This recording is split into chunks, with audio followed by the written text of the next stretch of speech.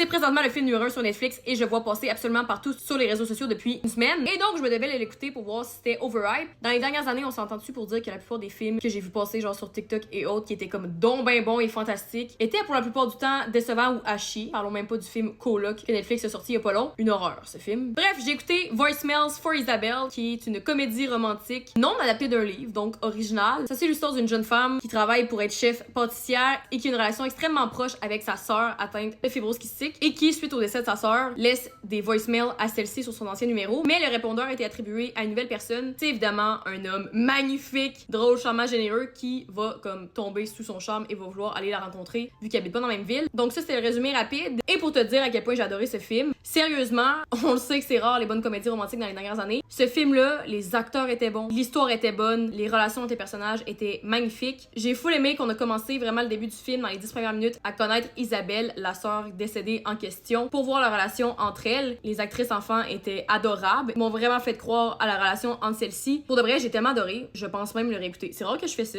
mais c'était tellement bon. C'était drôle, c'était touchant, c'était bien écrit. On peut relate beaucoup même à la personnage principale qui vit beaucoup de malchance aussi en amour. L'intérêt romantique. Quel homme! Quel homme incroyable! Il est drôle, il est beau, il est magnifique. Non, vraiment, j'ai rien de négatif à dire. La seule chose, c'est peut-être que j'aurais aimé voir plus de moments entre les intérêts amoureux, parce que je trouve que ça a été quand même très court dans le film, mais j'ai adoré le début, j'ai adoré l'histoire, j'ai adoré la fin du film, c'est tellement bon. La seule chose que j'ai haï, c'est me faire spoiler sur TikTok dans les 3 jours que le film a été sorti. Mais si t'es fan de comédie romantique, je te recommande vraiment d'écouter le film. Encore une fois, c'est drôle, c'est touchant, c'est bien écrit, c'est bien joué, c'est extrêmement approuvé.